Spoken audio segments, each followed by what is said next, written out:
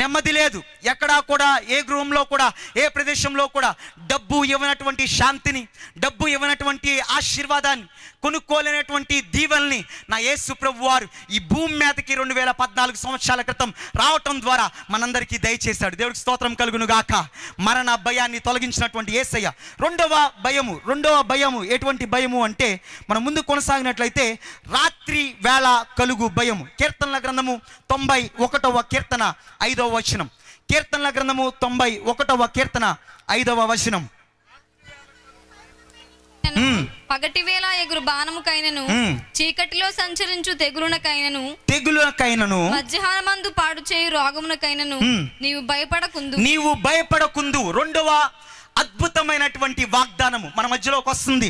ఏంటండి అంటే, రాత్రి వేళ కలుగు భయమునకైనను అనేటువంటి మాట కీర్తనల గ్రంథం 91వ కీర్తనలో చాలా ప్రత్యేకమైనటువంటి మాటగా మన కళ్ళెదురుగుండా కనపడుతున్నారు. ఎందుకు అంటే, రాత్రి వేళ కలిగే భయము కీర్తనాకారుడు ఎలా జతపరుస్తున్నాడండి ఆ కింద వచనంలో అంటే, చీకటిలో సంచరించుచు తెగులునకైనను మధ్యాహ్నమందు పాడు చేయు రోగమునకైనను నీవు భయపడకుందు. చీకటి భయం. ఈ రాత్రి వేళ కలిగే భయం ఏంటండి అంటే చీకటి భయము. ఇంకో మాటలో చెప్పాలంటే అంధకార శక్తుల భయం, చీకటిని కలుగజేసేటువంటి భయం. చీకటి శక్తులంటే భయము అనేటువంటి భయంలోంచి యేసయ్య పరిపూర్ణంగా తొలగించడానికి ఈ భూమి మీదకి 2014 సంవత్సరాల క్రితం వచ్చాడు అనేటువంటి మాట చాలా స్పష్టమైనటువంటి మాటగా మన కళ్ళెదురుగుండా కనపడుతున్నారు. మొదటి యోహాను రాసినటువంటి పత్రిక 3వ అధ్యాయం 18వ వచనంలో చూస్తే, he came to destroy the works of devil అనేటువంటి మాట చాలా స్పష్టంగా కనపడుద్ది. అంటే ఆయన అపవాది వేసేటువంటి ప్రతి ఒక్క అంధకార చీకటి శక్తుల్ని లయపరచడానికి ఈ భూమి మీదకి వచ్చాడు అనేటువంటి మాట మొదటి యోహాను రాసిన పత్రికలో స్పష్టంగా వివరిస్తాడు. అదే మొదటి యోహాను రాసిన పత్రిక 5వ అధ్యాయం 1వ వచనంలో మనం గమనించుకుంటూ చదువుతూ ముందుకు వెళ్తే గనక, you should not believe every spirit because there is deception in spirit. అంటే ప్రతి ఆత్మని నమ్మకండి, ఎందుకంటే వాటిలో మోసం ఉంది అనేటువంటి మాట స్పష్టంగా వివరిస్తున్నటువంటి మాటగా మనం చూడగలం. అదే రెండవ వాగ్దానం ఆశ్చర్యకరంగా యేసు ప్రభు వారు మనకి తెస్తుంది ఏంటండి అంటే, చీకటిని గూర్చినటువంటి అంధకార చీకటిమయమైనటువంటి లోకాన్ని వెలుగుమయంగా మార్చడానికి, చీకటిమయమైనటువంటి మన జీవితాల్ని వెలుగుమయంగా మార్చడానికి, అంధకార శక్తుల చేత పీడించబడుతున్నటువంటి మన జీవితాల్ని వెలుగుమయంగా దేవుడు మార్చడానికి ఈ భూమి మీదకి వచ్చాడు అనేటువంటి మాట చాలా సంతోషకరమైనటువంటి మాటగా మన కళ్ళెదురుగుండా కనపడుతుంది. ప్రేర 1999వ సంవత్సరం సెప్టెంబర్ 17వ తారీఖున చేతబడి శక్తుల చేత బంధించబడి రవీంద్ర భారతి పబ్లిక్ స్కూల్లో అతి ఉన్నతమైనటువంటి విధంగా జీవితాన్ని తీర్చిదిద్దుకుంటూ చదువుదాము అనేటువంటి తృష్ణతో, ఆశతో, సంకల్పంతో ముందు కొనసాగుతున్నటువంటి దినాలు నా జీవితంలో ఆ రోజుల్లో ఎక్కడ చూసినా సరే పోటీ, కాంపిటీషన్ మా జీవితంలో. ఎందుకంటే ఉన్నతమైన స్థితిలోకి వెళ్ళాలి అని చెప్పి ఆ దేవుని నమ్ముకునేటువంటి రోజుల్లో ఒక గురి ఉంటూ ఉండేది. అటువంటి పరిస్థితుల్లో ఎప్పుడైతే చేతబడి శక్తుల చేత 12 సంవత్సరాలుగా మా కుటుంబం బంధించబడి ఉందో, ముందు కొనసాగుతున్నామో, సెప్టెంబర్ 17వ తారీఖున వేసుకున్న వైట్ డ్రెస్, వేసుకున్నటువంటి తెల్ల చొక్కా, తెల్ల ప్యాంట్, కొత్త రేంజర్ బైసికల్, కొత్త 9th క్లాస్ బుక్స్ అన్నిటిని కూడా తీసుకుని స్కూల్లో వదిలి 4:30కి బయటకు వచ్చాను. బుక్స్ని ఒక చోట పడేసా, రేంజర్ బైసికల్ని ఒక చోట ఇసిరేసా, ఉన్న కొత్త తెల్ల వైట్ డ్రెస్ని చించేసుకుని విజయవాడ పట్టణంలో పిచ్చోడ్లాగా తిరగటం ప్రారంభించాను.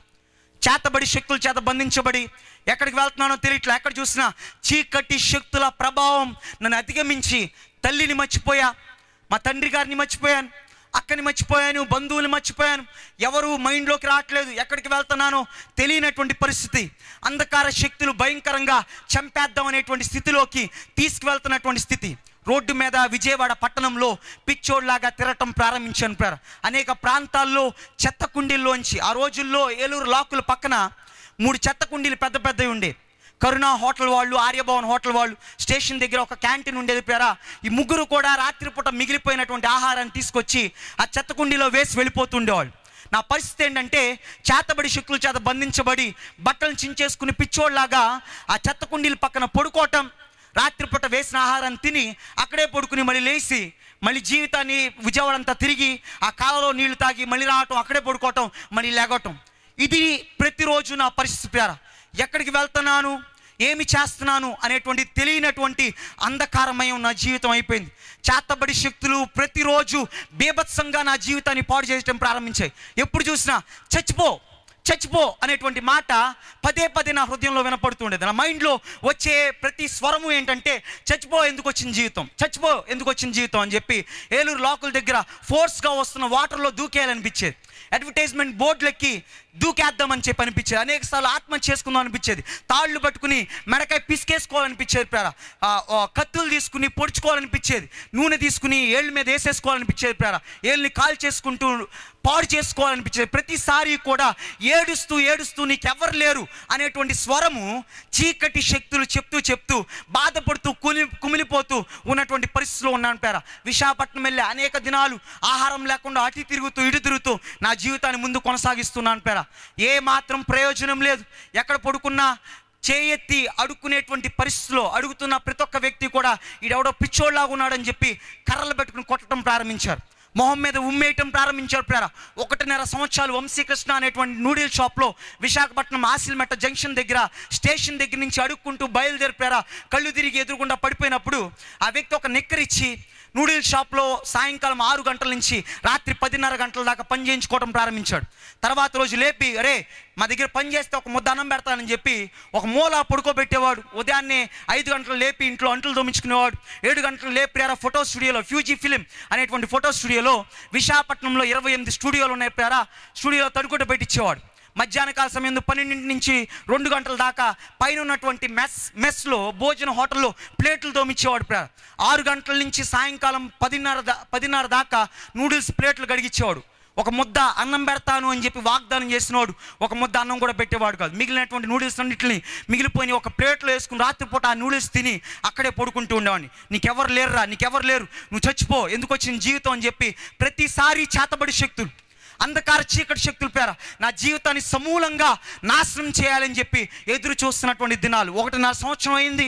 ఎందుకు పనికిరాడు రైడ్ అని చెప్పి రైల్వే స్టేషన్ ఎదురుగుండా పడేసారు.